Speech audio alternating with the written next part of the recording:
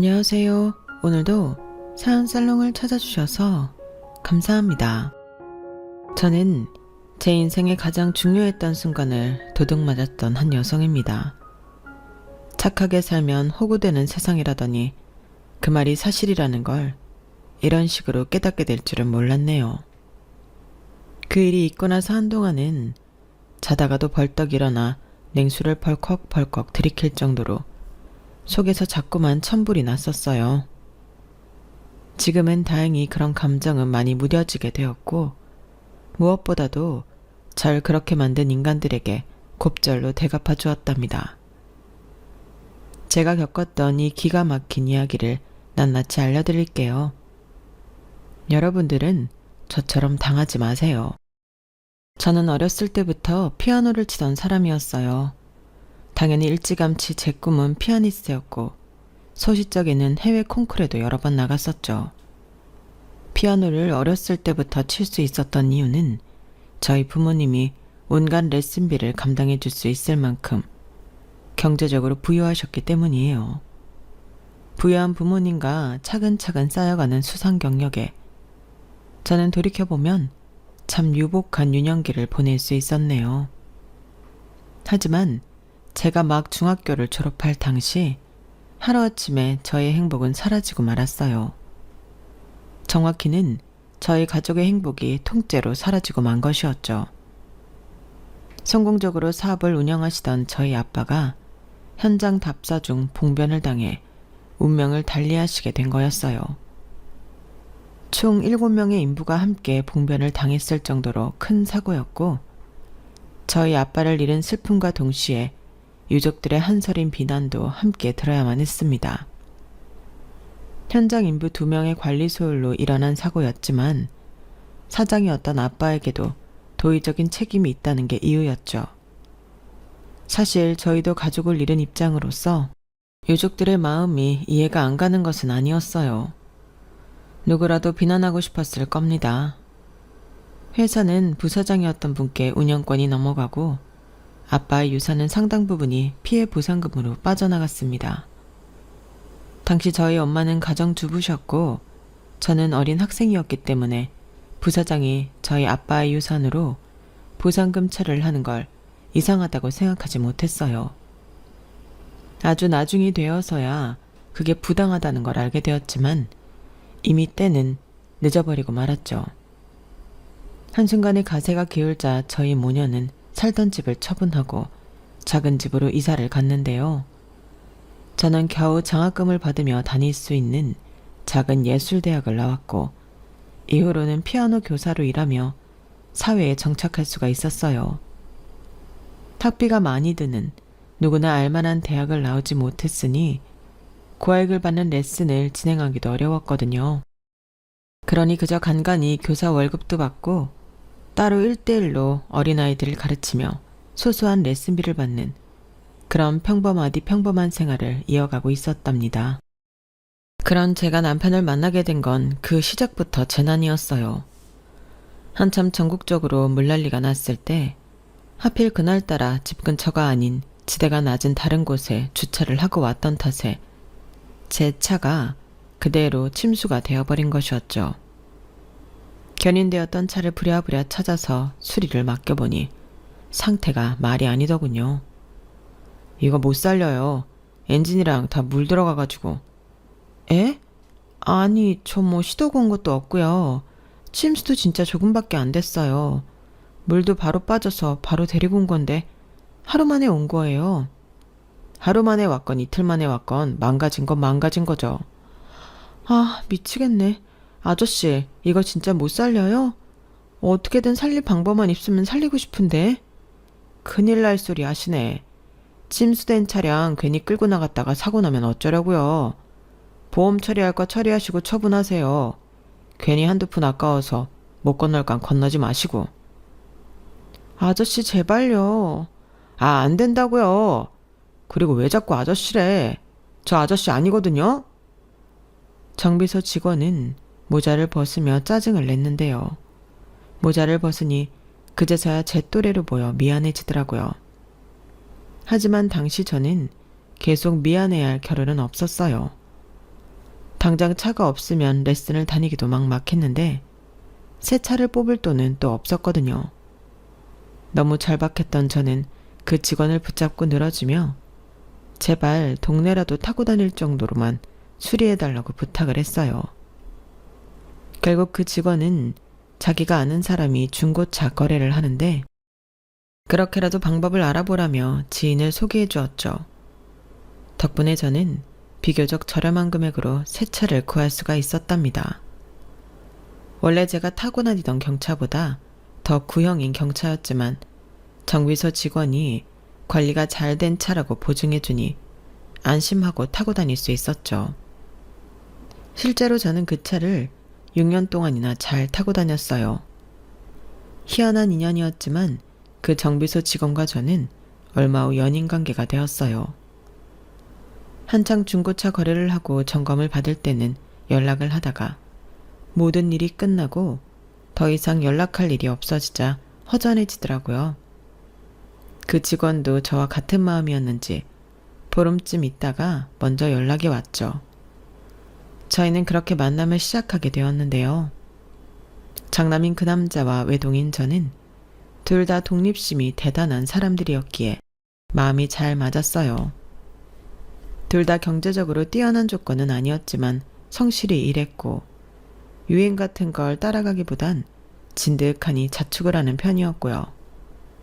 서로 코드가 잘 맞았던 저희는 연애한 지 1년 반 만에 결혼하게 되었답니다.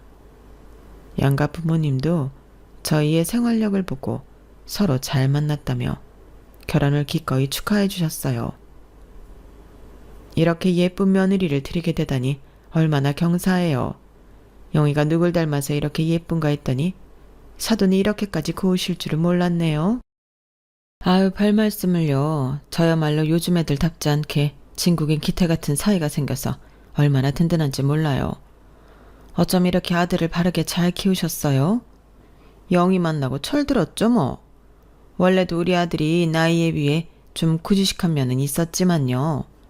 영희도 보통 야무진 게 아니더라고요. 일도 정말 성실하게 하고요. 둘이 결혼 준비하는 거 보면 참 똑똑하게 잘 하더라고요. 그런 모습 보면 둘이 결혼하고 나서도 잘 맞을 것 같아 참 다행이에요. 제 말이요. 저희는 결혼 이후에도 행복한 나날을 이어갔는데요. 신혼 때야 지나가는 낙엽 한 장에도 까르르 웃으며 행복하게 보냈고 결혼 1주년이 막 지났을 때쯤에는 연달아 경사가 벌어지기도 했어요. 남편이 다니던 정비소가 새로운 지점을 내게 되었는데 그곳을 남편이 통째로 맡게 된 거였죠. 아예 직원도 본인이 뽑고 모든 관리를 본인이 한 거라 사실상 사장이나 다름없었어요. 당연히 남편의 벌이는 껑충 뛰었고요. 남편은 한동안은 집에 잘 들어오지도 못하고 정비소 일에만 매달렸어요. 그리고 그러한 노력의 결실로 원래 다니던 정비소를 뛰어넘을 정도로 큰 수익을 냈답니다. 저는 당연히 기뻤죠. 그 기간 동안 제 일을 하면서도 불평불만 없이 기꺼이 남편을 위한 내조를 아끼지 않고 했어요. 남편 역시 그러한 제 도움에 진심으로 고마움을 표했고요. 남편의 정비소가 자리를 잡았을 때쯤 저희에겐 첫 아이도 찾아왔답니다. 이때는 연이은 행복에 취해 앞으로의 나날도 당연히 행복만 가득할 줄 알았네요. 저는 예쁜 딸을 출산한 이후에 레슨을 모두 관두고 육아에 전념했어요. 그리고 그 시기부터였던 것 같네요. 남편이 조금씩 변하기 시작했던 게요. 저희 딸 돌잔치를 앞두고 남편의 친구들을 만났던 날이었어요. 저는 당시 출산 이후에 몸무게가 13kg나 늘어나 있었는데요. 변명이 아니라 정말 그럴 수밖에 없었던 것이 남편이 정비소 일로 여전히 너무 바빴기 때문에 저 혼자 잠도 못 자면서 육아를 했기 때문이었어요. 동시에 여전히 정비소에서 하루의 대부분을 보내는 남편의 내조도 빠짐없이 했고요. 그러다 보니 온몸이 늘 탱탱 부어 있었고 붓기가 얼마나 심했는지 손가락으로 다리를 누르면 그대로 손가락 자국이 남아있을 정도였다니까요. 그런 상황에서 남편 친구들을 만나게 되니 저는 저 나름대로 최대한 깔끔하게 단장을 하고 나간 거였어요. 그런데 남편이 친구들 앞에서 절더러 무슨 소리를 하는 줄 아세요? 요즘 우리 와이프가 얼마나 살판이 났는지 몰라. 얼마나 인생이 편하면 이렇게 살이 포동포동 올랐겠어? 야마, 아무리 그래도 재수 씨한테 포동포동이 뭐냐? 니 딸 낳아준 사람한테. 그래도 재수 씨 예전보다 인상이 좋아 보이긴 하네요. 남편이 갑자기 돈 잘 벌어오니까 확실히 좋긴 좋죠? 아, 뭐. 아우, 말해 뭐해. 애 낳으면서 하던 일도 전부 관뒀는데 얼마나 좋아. 맨날 집에서 놀고 먹으면서 남편이 벌어다 주는 돈 쓰면서 사는 게 말이야. 어쩔 땐 나도 여자로 태어났으면 좋겠다는 생각도 든다니까? 남편이 한마디 한마디 꺼낼 때마다 급격히 어두워지는 제 표정을 읽었는지 다른 친구들이 남편더러 취했다며 상황을 무마시키려고 했어요. 하지만 이미 제 기분은 상할 대로 상해버렸죠. 마음 같아 화를 팍팍 내고 싶었지만 그래도 친구들 불러놓고 예의는 아닌 것 같아서 저는 그 이후 자리가 파할 때까지 간신히 화를 참고 버텼어요. 그리고 남편 친구들과 헤어지자마자 남편에게 따져 묻기 시작했죠. 당신 아까 그거 뭐야? 친구들 앞에서 말을 왜 그딴 식으로 해? 무슨 말? 집에서 편하게 산다는 둥 살쪘다는 둥 말이야. 내가 집에서 놀고 먹는 것 같아? 말이 그렇다는 거지. 뭘 또 이렇게 예민하게 반응해. 내가 예민하다고? 당신 친구들 중에 자기 와이프한테 그딴 식으로 기분 나쁜 농담하는 사람이 어딨어? 하루 종일 애보고 당신 밥이며 옷이며 준비하고 집안일하는 사람한테 놀고 먹는 식충이 취급하는 사람이 어디 있냐고. 누구라도 기분 나쁠 만한 말인데 뭐? 예민? 내가 또 무슨 식충이 취급을 해. 나는 당신 집에서 편하게 있는 게 좋아. 내가 그러려고 돈 버는 건데. 그러니까 내가 언제 집에서 편하게 있었냐고. 막말로 당신이 재활용을 한 번을 도와준 적이 있어. 애 기저귀 한 번을 갈아준 적이 있어. 이 집이 뭐 자동으로 때 되면 청소가 되는 집인 줄 알아? 아, 알았다고 좀. 왜 이렇게 떽떽거려? 짜증나게 진짜. 버럭 짜증을 내며 막말을 해대는 남편을 보고 전 정말 큰 충격을 받았어요. 남편이 저에게 그 정도로 심하게 말하는 건 그때가 처음이었거든요.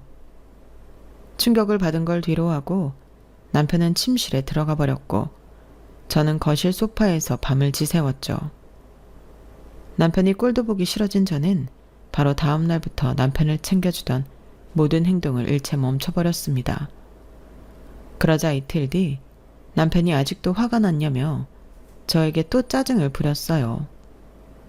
저는 그런 남편을 쳐다도 보지 않고 말도 섞지 않으며 일관되게 아이만 돌봤는데요. 더 이상 자신의 짜증이 먹히지 않는다는 걸 안 것인지 남편은 일주일이 지나고 나서야 자기가 말이 심했다며 사과를 해왔답니다. 남편의 사과에 그냥 넘어가 주긴 했지만 그때 이후로 남편의 행동은 전과 다름없이 똑같았어요. 여전히 모든 집안일 남편 뒷바라지, 아이 육아는 오롯이 제 몫이었죠. 하나 달라진 것이 있다면 남편이 더 이상 부부 동반 모임에 절 데려가지 않는다는 것이었네요. 사실 저로서는 그 시간에 집에서 30분이라도 더 눈붙이고 있는 게 낫긴 했지만 그래도 신경이 쓰이긴 하더라고요. 둘이 나누는 대화도 표면적으로만 별 문제가 없을 뿐 전과 같은 애정은 크게 식은 게 느껴졌고요. 와중에도 시간은 빠르게 흘렀고 저희 부부는 첫째 딸아이의 돌잔치를 준비하게 되었는데요. 3개월 전부터 장소를 잡고 아이 돌사진을 찍는 등 할 게 정말 많더라고요. 하지만 눈에 넣어도 아프지 않을 제 딸의 돌잔치를 준비하는 것이다 보니 저는 전보다 할 일이 많아져도 피곤한 줄을 몰랐어요. 정성을 다해서 돌잔치를 준비했고 주변 지인들도 다행히 많이 와주셔서 행복하게 돌잔치를 마무리할 수 있었죠.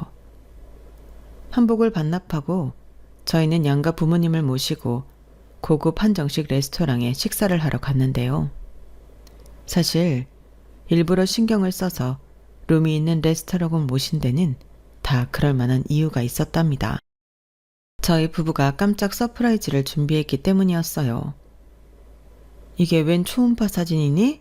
이거 설마 너희 둘째 생겼니? 네, 지금 딱 12주차 됐어요. 안 그래도 자꾸 몸이 무겁다 했는데 혹시나 해서 임태기해보니까 2줄이 뜨더라고요. 세상에 이게 무슨 경사니? 너무 잘 됐다. 진심으로 놀라고 기뻐하는 친정엄마와는 달리 시어머니는 조금 깐깐한 표정으로 이런 질문을 하셨어요. 그래, 잘했다. 이번에는 아들이겠지? 시어머니의 한마디에 테이블 위 분위기는 한순간에 싸해졌습니다. 제가 어릴 때면 몰라도 저희가 애 가질 때만 해도 더 이상 남자 여자를 강요하는 분위기는 없어진 지 오래였거든요. 그리고 방금 돌잔치를 마친 첫째 딸이 버젓이 있는 상황에서 굳이 그런 뉘앙스로 그런 질문을 하는 게 저는 이해가 되질 않았네요. 친정엄마 역시 같은 생각이셨던 것 같아요. 곧바로 같이 표정이 굳으시면서 되물어 보시더라고요. 왜요? 딸이면 어떻고 아들이면 어때서요, 서둔. 요즘 같은 시대에 설마 아들 낳아야 한다, 뭐 그런 말 하라는 건 아니죠? 저희 애들이 무슨 6, 70년대에 농사 짓던 부부인가요? 뭐 사돈댁 같은 집안은 아무래도 이런 문제에 민감하지 않으시겠죠. 저희는 영희 하나만으로 얼마나 행복하게 지냈는데요. 각자 집안 가풍이 다르니까요. 하지만 저희 집안 위치도 생각을 해주셔야죠. 집안 위치라뇨. 무슨 뜻으로 그렇게 말씀하세요? 별 뜻은 없어요. 그냥 저희 집은 이제 막 중산층을 지나 상류층으로 넘어가려고 하는데 사돈댁은 반대인 상황 아닌가요? 외동딸 금이야 오기야 키워봤자 시집 잘 가는 거 말고는 딱히 뛰어난 것도 없고, 저희 아들 정비소 물려받으려면 딸보단 아들이 필요하기도 하고요. 누가 들어도 저를 겨냥해서 하는 말에 저와 저희 친정엄마는 제대로 빈정이 상했어요. 저는 그때 처음으로 어른한테 목소리를 높였네요. 어머님, 무슨 말씀을 그렇게 하세요? 요즘 사회에서 잘 나가는 여자들이 얼마나 많은데요. 저도 제 밥벌이 잘하고 살았고요. 그리고 남편이 지금 운영하는 정비소는 엄밀히 따져서 남편 소유가 아니잖아요. 누굴 물려준다고 그러세요? 그거 하나 때문에 성별 차별을 하는 그런 시대착오적인 말씀하시는 건 좀 아닌 것 같네요. 제가 하나하나 전부 반박하며 얘기하자 시어머니는 단박에 꿀먹은 벙어리 마냥 입을 다무시더군요. 표정은 떫은 감이라도 씹은 것 마냥 일그러졌고요. 분위기는 어색해졌지만 저는 더 이상 시어머니한테는 신경 쓰지 않고 남은 식사를 해치웠어요. 식사 자리가 끝나고 양가 부모님을 배웅해 드린 뒤 저희 부부는 집으로 돌아왔죠. 저는 아기를 잘 재우고 나서 남편에게 가서 물어봤습니다. 어머님이 첫 손주가 딸이라서 싫어하셨어? 왜 나한테 말 안 했어? 뭐 좋은 말이라고 해. 해봤자 아까처럼 싸움이나 나지. 그래도 미리 말해줬으면 좋았잖아. 그랬으면 아까처럼 어머님이 우리 엄마 앞에서 우리 집안이 어쨌네 저쨌네 하는 소리는 그 꼴은 막았을 거 아니야. 미리 알았으면 아까 우리 엄마한테 싸가지 없이 말대꾸 안 했을 거야? 그것도 아니잖아. 엄마가 말하다가 실수 좀 하실 수도 있고 딸보다는 아들을 선호하실 수도 있는 거지. 당시야말로 왜 자꾸 그렇게 예민하게 구는 거야. 그럼 외동딸 하나 키운 우리 엄마 앞에서 딸 키워봤자 이게 안 좋고 저게 안 좋고 하시는데 내가 가만히 있어야 해? 아, 됐다. 당신은 어쩜 집에서 놀고 먹기만 하면서 듣기 싫은 소리는 요만큼도 안 들으려고 하냐? 배가 불러도 유분수지 맨날 지 생각만 하고 간만 보면 진짜 이기적인 건 당신이야. 알아? 저는 남편의 그 타령, 그놈의 집에서 몰고 먹는다는 소리를 또 듣자 완전히 이성이 날아가 버렸어요. 저는 제 자신도 한 번도 들어본 적 없는 목소리로 남편에게 소리를 질렀습니다. 그놈의 놀고 먹는다 소리 지긋지긋해. 내가 진짜 놀고 먹는 게 뭔지 알려줘? 어? 나는 여태 애도 키우고 당신도 키운 거나 다름없어. 이 양말 하나 제대로 못 벗는 인간아.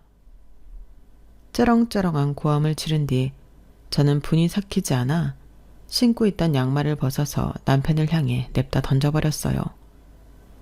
그리고 남편을 있는 힘껏 밀치고 들어가 안방 문을 아예 잠궈버렸죠. 남편은 더 이상 뭐라고 하지도 않고 그대로 현관문 밖으로 나가버리더군요. 남편이 집을 아예 나가버린 뒤 저는 저도 모르게 눈물이 뚝뚝 흐르고 말았어요. 다시 안방에서 나와 아이 방으로 들어가 아이 옆에서 자면서 저는 속으로 독하게 마음을 먹었습니다. 앞으로는 집에 붙어있질 않겠다고요. 둘째 출산 이후에도 첫째 때처럼 집에서만 있지 않고 쉼터를 들여서라도 저는 다시 사회생활을 시작해야겠다고 생각했죠. 정말로 바로 그 다음 날부터 저는 쉼터를 알아보기 시작했고 약 3주 후에 아이를 돌봐줄 사람을 구할 수 있었어요.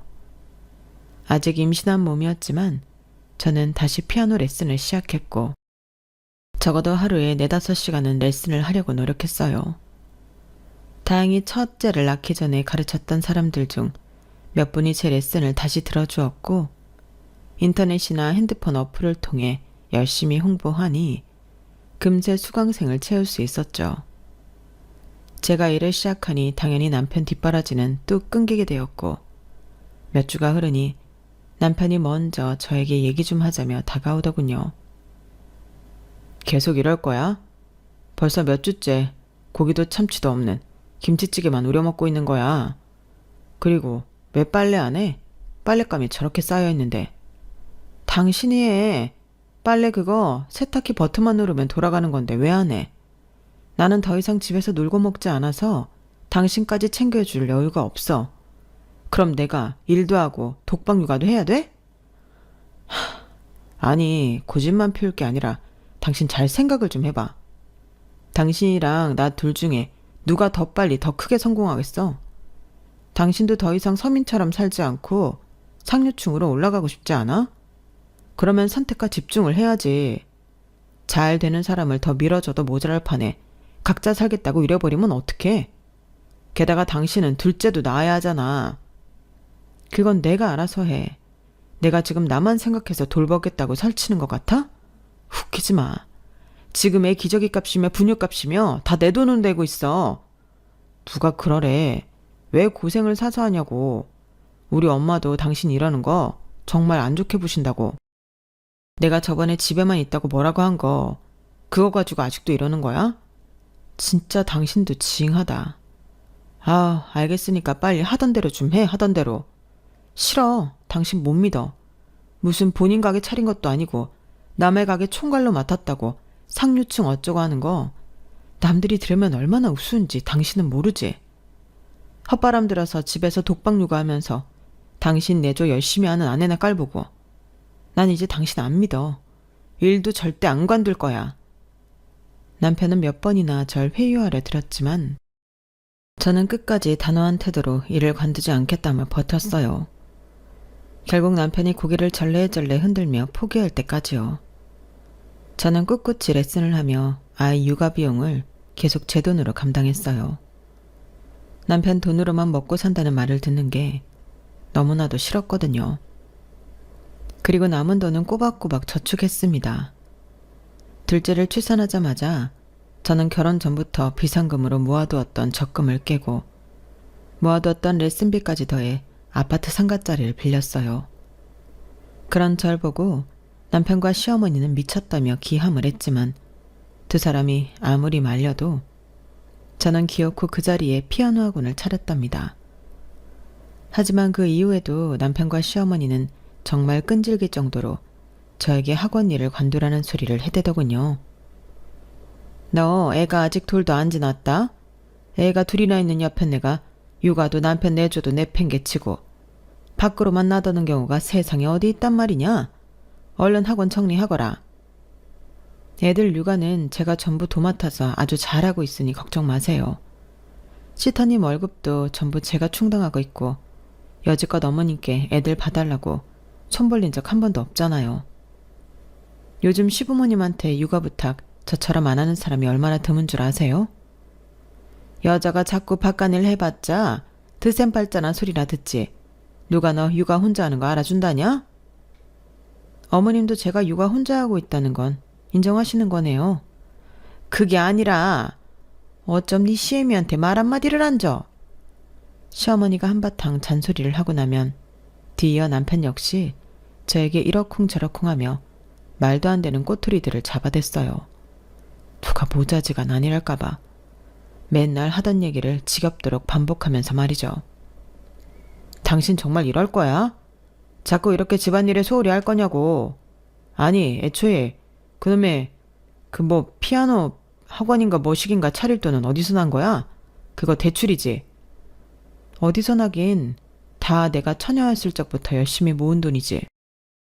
대출은 30%밖에 없어. 애들 코 묻은 돈 좀 벌자고 대출 겼단 말이야? 당신 제정신이야? 그건 적어도 내 학원이잖아. 당신은 당신 사업체도 아니면서 정비소 사무실에 얼마 썼어? 장비에 얼마 썼냐고. 거기 들어간 돈도 대출 끼고 한 거잖아. 나한테 말도 안 하고. 내가 말을 안 해. 당신이 못 들었겠지. 그리고 나는 그만큼 벌이가 많으니까 대출을 땡겨도 감당할 수가 있잖아. 나도 감당할 만큼만 대출 받은 거야. 30%만 대출 받은 거라고. 만약 이 학원이 망해도 자리 빼고 전세금 권리금으로 대출 갚으면 그만이야. 아주 잘나셨어 그래. 애도 남편도 전부 내팽개치고 돈에만 미쳐 살더니 결국 번 돈은 당신 학원 차리는 데만 고스란히 썼네. 당신 중요한 일 있을 때마다 입고 다니는 알마니 정장은 누가 사줬는데? 지금 차고 있는 벨트는 누가 차줬고? 전곡을 찌른 저의 말에 남편은 꿀먹은 벙어리가 되고 말았죠. 안 그래도 그 두 사람이 제가 스스로 번 돈을 가지고도 뭐라고 할 것 같아 평소 기념일마다 보란듯이 두 사람한테 사치품을 선물해 주었었거든요. 제가 입는 건 양말 한 짝까지 기어 입을지언정 남편과 시어머니한테 책 잡힐 일은 요만큼도 허용하고 싶지 않았기 때문이죠. 그 덕분에 남편은 한마디도 못하고 씩씩대다가 자리를 피해버렸어요. 시어머니와 남편이 그렇게 반대하는 피아노 학원은 날이 갈수록 학생이 많아졌어요. 저는 어린 학생들만 가르치지 않고 저녁에는 성인 수강생들도 모집하기 시작했는데요. 그 전략이 먹힌 것인지 저는 강사를 2명 고용해야 했을 정도로 수강생이 많아지게 되었답니다. 학원 옆 야채 상가 자리가 빠질 때 원래 학원이 있던 자리와 옆에 상가 자리까지 아예 매매 계약을 하고 싹 다 리모델링까지 진행했고요. 어느새 저는 남편에게 꿀리지 않을 정도로 큰 돈을 버는 사장님이 되었어요. 그러던 어느 날 평일 낮에는 생전 연락 한번 안 하던 남편에게서 전화가 오더군요. 저는 한창 레슨 중이었기에 전화를 받지 않고 문자만 보냈어요. 지금 통화하기 어렵다고요. 하지만 남편은 제 문자를 받고도 계속해서 전화를 해댔고 결국 저는 나와서 전화를 받을 수밖에 없었는데요. 왜? 엄마가 쓰러지셨어. 뭐? 지금 엄마 모시고 병원 다녀오는 길인데 파킨슨병 초기래.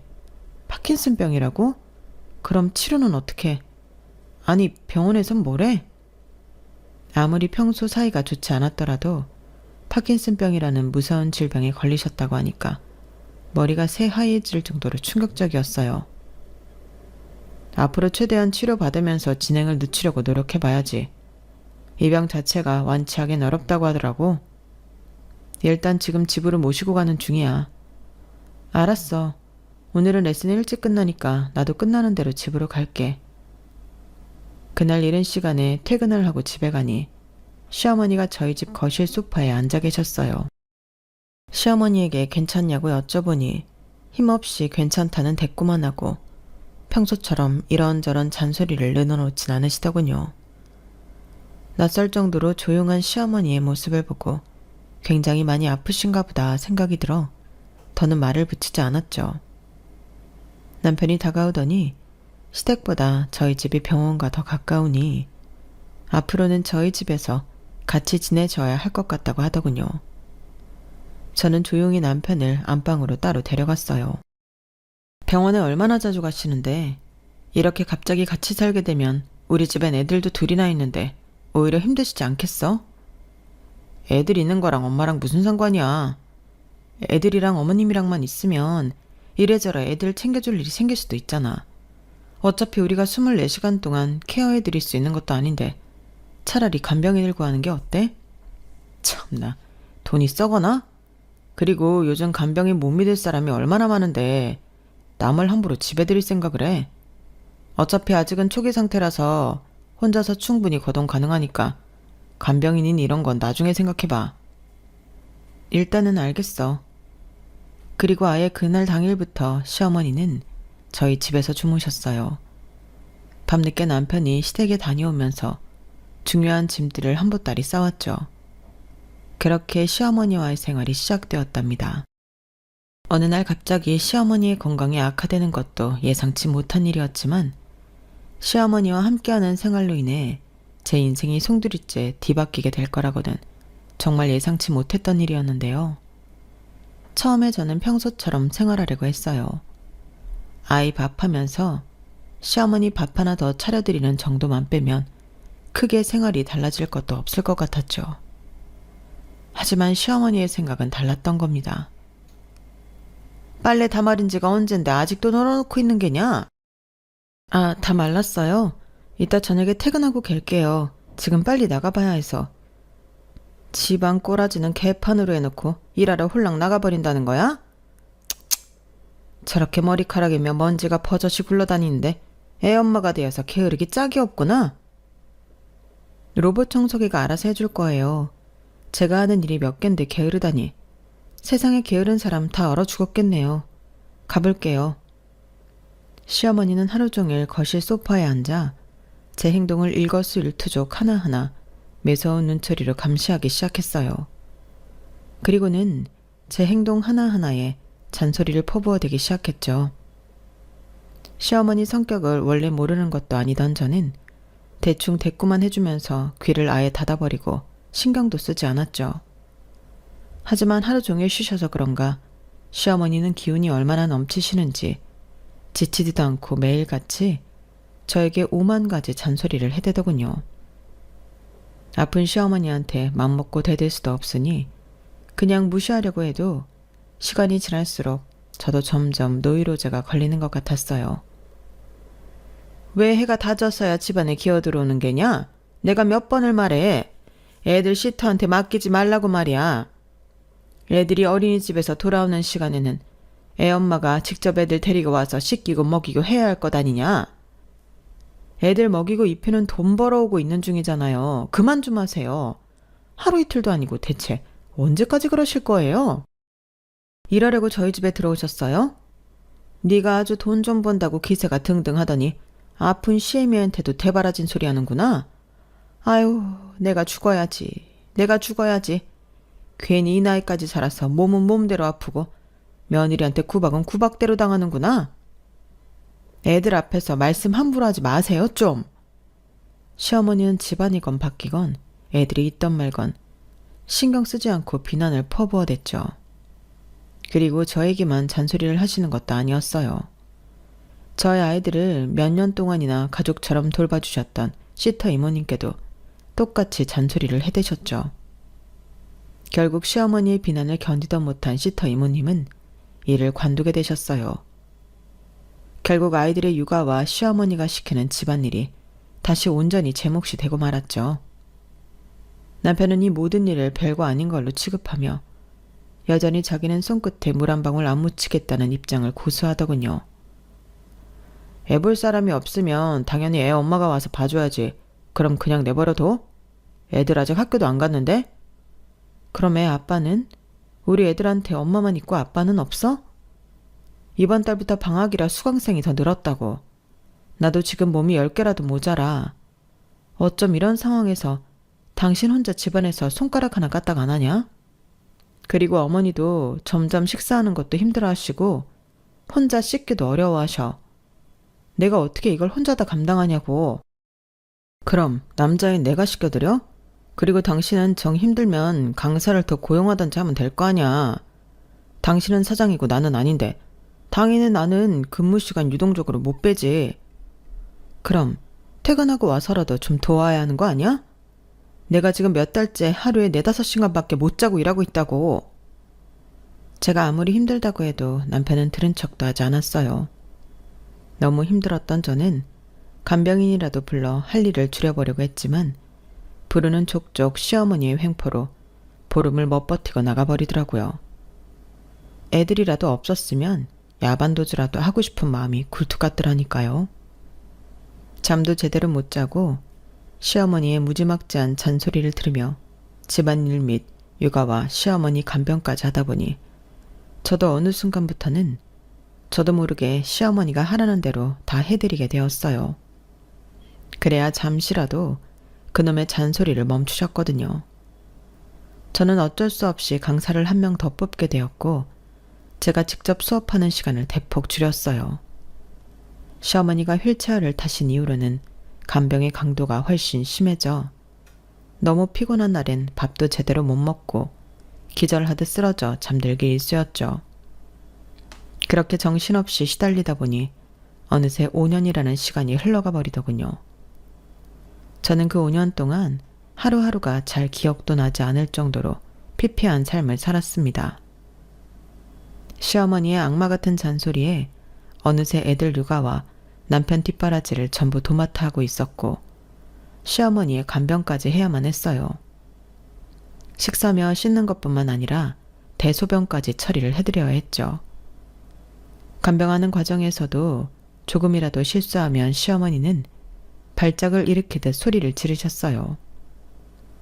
저는 자포자기한 심정으로 시어머니가 하라는 대로 모든 걸 복종하며 살았죠. 그런 일상이 계속되니 당연히 학원 원장으로서 똑바로 일하기 어려웠고 어느새부턴가 학원 수강생은 점점 줄어들고 있었어요. 생기라고는 찾아볼 수 없는 푸석한 얼굴이 평생 제 편 한 번 들어준 적 없던 남편이 봤을 때도 심각하긴 했던 모양입니다. 어느 날 남편은 웬일로 저에게 이런 제안을 해오더군요. 당신 요즘 안색이 너무 안 좋은데 하와이 여행 다녀올래? 하와이? 갑자기? 안 그래도 대표님이 저번 달 실적 좋다고 여행 보내준다고 하셨거든. 그냥 상여금으로 달라고 하려다가 당신 요즘 너무 힘들어하는 것 같아서 와이프한테 얘기해보고 오겠다고 했어. 거기 휴양지니까 같이 가서 좀 쉬고 오는 게 어떨까 하고. 당신이 웬일이야? 그런 제안을 다 하고. 갑자기 이러니까 좀 무서운데? 이러다 엄마보다 당신이 먼저 갈 것 같아서 그래. 뭐 하와이까지 가기 좀 그러면 제주도라도 다녀오든가. 우리 신혼여행도 제주도 가서 잘 놀았잖아. 남들 다 몰디브 하와이 가는 신혼여행을 제주도 갔으니 이번에 갈 거면 무조건 하와이를 가야지. 근데 우리가 그냥 홀라당 가버려도 되나? 애들도 가는 거야? 애들은 장모님한테 잠깐 부탁하고 엄마는 간병인 며칠만 구하면 되잖아. 솔직히 남편의 제안은 도저히 거절할 수 없을 정도로 너무 달콤한 제안이었어요. 일단 너무나도 쉬고 싶었고 남편과의 해외여행도 난생 처음이기에 한 번쯤은 갈 명분이 충분하기도 했거든요. 3박 4일 중 단 하루만 제대로 쉬더라도 그동안 쌓여있던 피로가 싹 다 풀릴 것만 같았죠.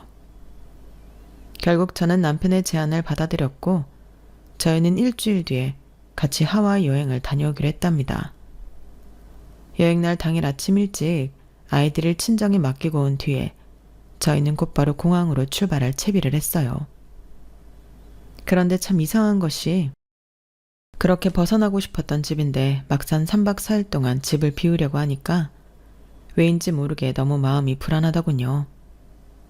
저는 간병인한테 계속 여러 사항을 당부하고 또 당부하면서 좀처럼 발을 떼질 못했죠. 겨우 인천공항으로 이동해 공항 라운지에 들어서는데 불안감이 너무 심해지는 거예요. 여보, 안 되겠어. 나 너무 걱정돼. 뭐? 걱정할 일 없다니까. 괜히 돈 받고 간병해주는 전문가겠어? 좀 믿고 맡겨봐. 애들은 잘만 맡겼으면서 왜 그런데? 몰라. 그래도 느낌이 전혀 달라. 당신은 당신 엄마인데도 걱정이 안 돼? 요즘 들어 부쩍 아프단 소리를 많이 하셨단 말이야.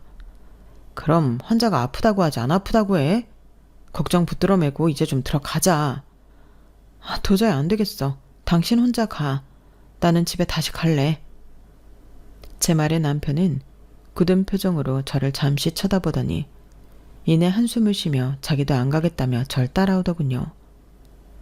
저는 그런 남편을 몇 번이나 밀어내며 괜찮다고 혼자 여행 다녀오라고 등 떠밀었지만 남편은 꿋꿋이 절 따라왔죠. 결국 저희는 다시 차에 올라타 집으로 돌아갔습니다. 티켓이 아깝다는 생각도 당연히 있었지만 집으로 돌아가기 시작하자마자 마음이 한결 가벼워지는 걸 느꼈어요. 돌아가는 길에 저는 간병인한테 문자를 보냈는데요. 저희 여행 안 가고 그냥 집으로 돌아가기로 했어요. 지금 어머님은 어떠세요? 그러자 간병인에게서 곧바로 답장이 왔는데 너무 깜짝 놀랄 만한 내용이었어요. 저도 잘 모르겠네요. 두 분 나가시자마자 저에게 하도 나가라고 성하셔서요. 결국 그냥 나왔습니다. 그게 무슨 말씀이세요? 어머님은 환자인데 환자가 나가라고 한다고 그냥 나가시다뇨. 간병인이시면 그런 상황에서 나가면 안 되는 거 아니에요? 어머님이 치매 환자는 아니시잖아요. 그리고 제가 수많은 파킨슨병 환자들을 간병해 드렸었는데 어머님은 뭔가 증상이 이상하세요. 집에 가서 직접 한번 보세요. 제가 정말로 필요 없을 것 같아서 나온 거예요. 저는 간병인의 무책임한 행동에 너무 화가 난 나머지 마지막 문자는 제대로 읽지도 않았어요. 다시 불안증이 밀려오기 시작했고 그날따라 운전을 천천히 하는 남편을 닥달하며 저희 동네까지 왔죠. 남편은 집 근처에 다 도착해서도 자꾸만 어디 들렀다 가자는 등 딴청을 피우려고 했고 속이 터질 것 같던 저는 남편이 차를 갓길에 세웠을 때 그냥 냅다 차에서 나와 집으로 뛰어가 버렸죠. 당시 저는 제 자신이 왜 그렇게 불안한지 이해할 수가 없었는데요. 나중에 알고 보니 제가 그동안 너무 시어머니한테 정신적으로 당하며 집에 붙어 있으라는 소리를 귀에 딱지가 박힐 정도로 듣다 보니 그런 비정상적인 불안증이 생긴 거라고 하더라고요. 남편은 뒤늦게 절 따라오려고 했지만 차를 버리고 갈 수가 없어서 다시 차를 빼느라 시간이 걸리는 듯 했어요. 그 사이 저는 집에 도착해 현관문을 열고 들어갔죠. 그 사이 얼마나 세뇌를 당했는지 간병인도 저도 없으면 시어머니 초상이라도 치르게 될 줄 알았네요. 하지만 제 눈앞에 펼쳐진 장면은 저의 그런 상상과는 전혀 다른 모습이었어요. 저는 문을 연 상태 그대로 충격을 받고 돌처럼 굳어지고 말았죠. 시어머니는 휠체어에 앉아있지도 않았고 팔, 다리를 못 가누시지도 않았어요. 너무나 평범한 모습으로 서서 어떤 아줌마와 깨르르 웃으며 수다를 떨고 있더라고요. 시어머니는 절 발견하자마자 눈이 탁구공만큼 커져서 입을 딱 벌리고 말을 더듬거렸어요. 네가 여긴 어떻게? 어머님, 어떻게 두 다리로 서 계세요? 아니, 이분은 누구세요? 아, 이분이 며느님이시구나. 안 그래도 지금 상가짜리 계약하려고 했는데 원장님이 직접 와주시다니 잘 됐네요. 근데 오늘 어디 멀리 가신다더니 일정이 취소됐나 봐요? 상가짜리 계약이요? 그게 무슨 말씀이세요? 피아노 학원 자리요. 지난달에 내놓으셨던. 뭐라고요? 제 학원을 누가 내놨다는 거예요? 예, 나가. 일단 나가거라. 어른들 얘기하는데 방해하지 말고. 제가 어딜 나가요? 지금 제 학원을 파내만에 하고 있는데 내가 너무 어이가 없어서 그동안 병인이 뭐니 하면서 아팠다는 것도 다 거짓말이었어요? 지금 너무 잘 움직이고 계시네요. 저희 며느리는 신경 안 쓰셔도 돼요. 어차피 저희가 실제 주인이라. 일단 도장만 찍으시면 상황 정리되는 대로 연락 다시 드릴게요. 미쳤어요? 지금 이게 대체 무슨 상황이에요? 저한테는 며느님이 원해서 매도하는 거라면서요. 그게 다 거짓말이었어요? 이건 명백한 사기예요? 누가 뭘 원해요? 아니에요. 절대 아니에요. 전 이런 계약이 있는 줄도 몰랐고 절대 그 자리 팔 생각 없었어요. 내가 지난 몇 년 동안 학원도 제대로 못 보고 하루 종일 어머님 간병에만 시달렸는데 그게 다 사기였어요? 지금 가족한테까지 사기를 친 거예요? 장장 5년을? 시어머니는 입술을 파르르 떨며 뭐라 말도 못하고 어버버거렸어요. 그 꼴을 보니 저 스스로도 감당하기 어려울 정도로 엄청난 분노가 치밀어 올랐죠. 그때 남편이 집 안으로 뛰어들어왔어요. 남편은 돌아오자마자 시어머니한테 버럭 짜증을 내더라고요. 아, 엄마, 왜 전화를 그렇게 안 받아? 내가 2시간 내내 엄마한테 전화를 몇 통 했는 줄 알아?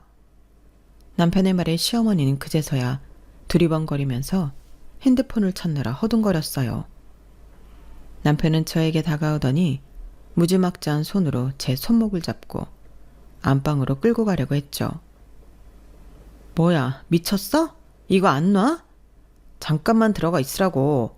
진작 이렇게 했어야 했는데. 아, 빨리 안 들어가. 그쪽은 도장 찍을 준비하고 있어요. 남편은 저를 안방으로 끌고 가면서 상가 자리를 계약하려던 아줌마께는 기다리고 있으라며 소리를 버럭 질렀어요.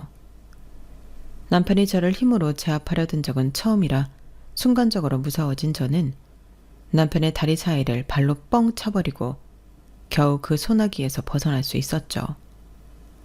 남편은 그대로 허리를 접으며 꼬꾸라졌어요. 야, 이 미친놈아. 지금 나 몰래 내 학원을 팔아치우려던 것도 모자라서 폭력까지 행사하겠다는 거야? 아무리 네가 못돼 처먹은 놈인 줄은 알았어도 어떻게 이렇게까지 극악무도한 짓을 벌일 수가 있어? 어머님도 그래요.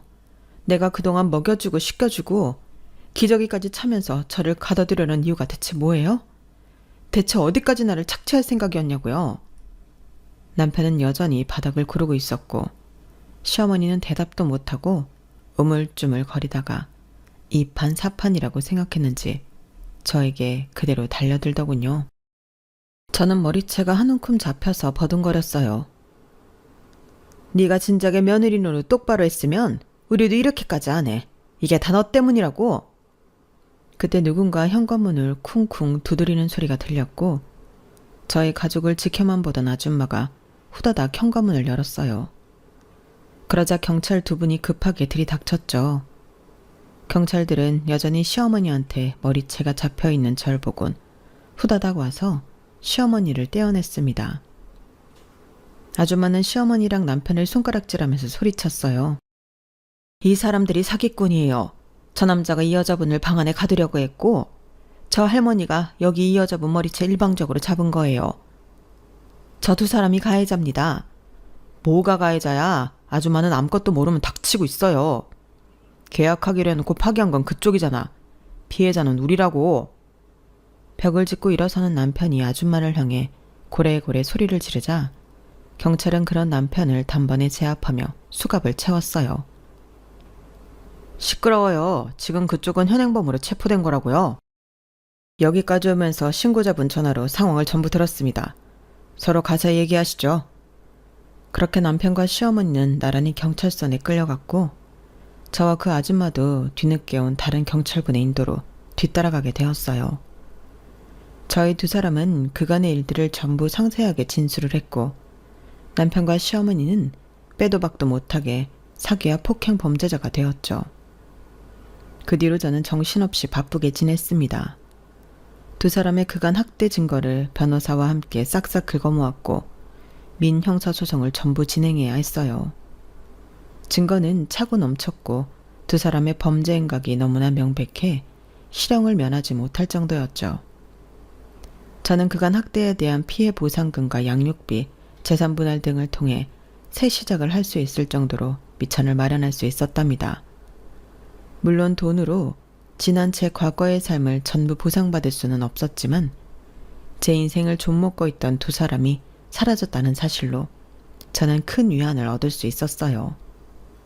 아마 더 많은 돈을 받았어도 2사람이 감옥에 들어가지 않고 같은 동네에 버젓이 돌아다니고 있었으면 이렇게 마음이 홀가분할 수는 없었을 겁니다. 모든 일들이 마무리된 후 저는 집도 학원 상가도 전부 처분했어요. 아무리 모든 일들이 잘 끝났어도 그 집만 들어가면 시어머니의 망령이라도 깃들어 있는 것처럼 안 좋은 기억들만 되살아났거든요. 저는 아이들을 데리고 그 동네와는 아예 다른 곳으로 이사를 와서 평화롭게 살고 있답니다. 새로운 동네에서 피아노 학원을 차리고 일하고 있는데요. 처음엔 너무 오랜만에 일만 하다 보니 조금 뚝딱거렸지만 지금은 다시 감을 되찾고 열정적으로 학생들을 가르치고 있어요. 저희 아이들도 열심히 키워내고 있고요.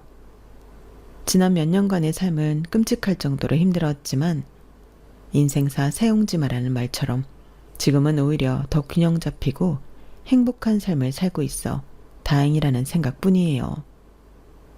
혹시나 아직 자신을 갉아먹고 있는 벌레 같은 인간들과 함께 계신 분들이 있다면 부디 제 이야기를 듣고 하루빨리 그 사람들에게서 탈출하시길 진심으로 바랄게요.